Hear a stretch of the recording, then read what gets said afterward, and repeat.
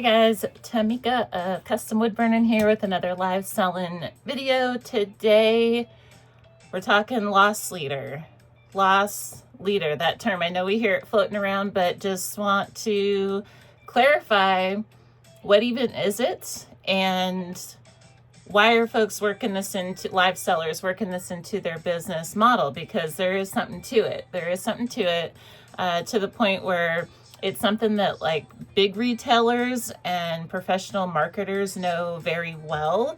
Once we see it, we can't unsee it. It's one of those type of things that is very popular amongst established businesses, but just, you know, slowly but surely, onesie twosie, working its way into like individuals' business models. And so we're going to discuss. So a loss leader, what it is, and I quote, is a popular product priced below cost to attract customers with the expectation that they will buy additional higher margin items. And so it's picking a product. There can be more than one or more products that are worth X amount, very popular, very attractive items that get folks in the door. And then once they're in the door, the company may take a loss on that item. So it leads the way as far as products because it's the most popular, but the company may take a loss on it because it's marked down.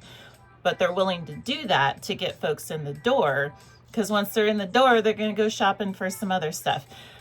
Ideally, sometimes, just like with extreme coupons or something, there's some folks out there that go, I understand how this game works, and so they play the game better than the retailer, for instance. However, in general, that's how it's supposed to work.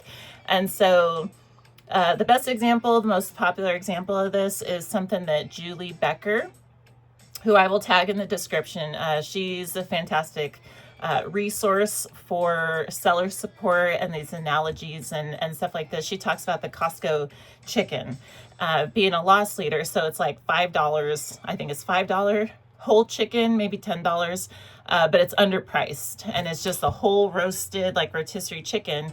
All the people that have Costco memberships that are like, I don't know what to do for dinner, freaking kids are hungry, I don't have time to cook, whatever like that. They go, let me just run into Costco on the way home. Let me just get that chicken. We can put it in tacos or whatever. But while they're in Costco, they go, well, since I'm here, since it was here, I may as well re-up on dog food. I may as well go see what kind of toiletries we need. Let's try these here samples, and that's super freaking good. So maybe we'll get one of them, and may as well get these salads for lunch this week. And you end up buying other stuff. So even though you went in for the $5 or $10 chicken, you can easily spend $100 to $400 in Costco, impromptu. So Costco knows this. They don't need to advertise everything else. They just need to advertise the chicken. This is their loss leader. They just need to get you in the door. Their merchandising strategy will do the rest. And so JuleeBecker explains it better than I do, but that's a great example. Another great example is Black Friday. When we're going out into the retailers, they'll have like freaking 60-inch TV for like $50 or something like that. The doorbusters, the expensive doorbusters at all these places, that's not really the whole strategy. That's just to get you in line and get you in the door. Because once you're there, you're going to do your other Christmas shopping. That's just how it works. So doorbusters are a good example. And then another less traditional example, but one that everyone's probably familiar with, is printers. Printers, just like ink printers, are loss leaders. We wonder why the printer itself dang near costs the same amount, if not less, than the freaking ink cartridges. That's intentional, because once you, so these products are, the printer and the ink cartridges are complementary. You buy one and you're kind of locked into paying the margin for the other thing. And so the ink cartridges come second. So the printers aren't really that inexpensive to make. The companies just know that this makes a good loss leader, because once you buy the printer, you have to put ink in it to use it. That's a loss leader. And so whether our items that we're selling on Whatnot are complimentary like that, or if it's just to get folks in the door, we can use this strategy in our shows in the following ways. Okay, so most popular option is brands, right? If we're selling Free People, if we have a Coach bag in our inventory, if we have Labubu or whatever like the current craze is, we can capitalize on that and make it a loss leader, right? We can put it in the thumbnail, we can put it in the show title, we can put it at $1 start, low start, something like that, just to get folks in the door. Once they're in the door, the whole show doesn't have to be that product. We can sell all kinds of other stuff and just kind of float the loss leader in and out of the show and then run it towards the end. We can let it stack up some pre-bids, but we're probably going to lose money on it. Maybe not, but we could lose money on Loungefly is another good example. Brands make really good loss leaders. If it is arts and handmade, originals, one of ones make good loss leaders, and so do just like brand new items in general. So if you're selling, I don't know, if you're a fiber arts seller and you typically have kitchen type of items, and then you go, you know what, I want to try making pillowcases, just for off the top example, you might test that in that kind of way. You might just be like, hey, this show Friday, we're gonna have this brand new whatever, and y'all will be the first ones, and so come to that show. We're running everything, all these new pillowcases at $5, something like that. That could be a good example of how to leverage as well. Emphasis on advertising and marketing this product. It's not enough just to put it in the show. We've got to communicate it. We've got to communicate it because that's our main attraction, right? And then let's see what I wrote down here.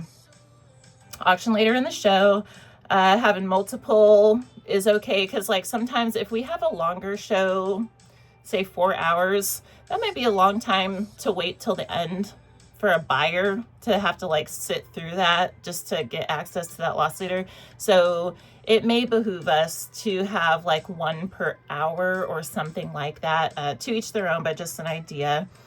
And then the other thought is, I think in practice, buyers' giveaways could be considered a loss leader in this context, because buyer's giveaways should be of decent or high value, and they are intended to get folks in the door and to purchase other higher margin items. And so whether it's an auction item or a buyer's giveaway, I feel like those are fairly both good candidates for this type of strategy. And then last thing I want to add on here is, did we know that there's an opposite to loss leaders, which is to say that a loss leader is like a marked down product, main attraction. There is such thing. I don't know that there's a specific term for it, but a higher marked item to do the same thing and attract folks in the door. In practice, what this looks like is, so a loss leader is designed to get folks to get folks in the door and then buy other items. If we do the opposite and do a higher value item, for instance, it can signal spending. It can signal higher quality. It can signal higher exclusivity. It can encourage purchases of other things at everything's relative, at relative price points, relatively higher price points. For instance, if we have a 1950s I don't know my vintage. Okay. So, but if we have like a 1950s Louis Vuitton, if that was a thing then we can mark it way up. It doesn't have to be a discounted thing. We could mark it way up. And it's just the bougiest, most exclusive bag, right? We got it all over our thumbnail. We're talking it up in our prior shows to, hey, you're going to want to come get this here, check out this bag. Okay, so then we've got this carrot that we're dangling, and it's real expensive. I'm talking like market value plus a couple dollars. It'll get people in the door. And whether or not people are going to swipe on that item, they're going to look at the other things that we have. They might not buy that purse, but if that, let's say, $10,000 bag is next to a bunch of $5,000 bags, those $5,000 bags are going to look more attractive, right? And so that's the opposite of a loss leader. We can mark something for artists and handmade folks. This works as well. Mark something way up, and it just makes everything else look like a deal. And so it encourages purchases in that way. This was something that, you know, we probably are familiar with, like now that it's like pointed out, but maybe something that we haven't considered like working in like strategy wise. And so I feel like it's share worthy for those reasons, and it just makes everything seem more affordable and this kind of thing. And so that's what I got, loss leaders, and then the opposite. If y'all got a name for it, let me know. Otherwise, let's cap this here. I would like to thank you for watching. If you found value, if you like this kind of stuff, let me know by giving it a thumbs up. And I just want to wish you a happy life selling and say I hope to see you tomorrow. We will have another video talking about something else life selling.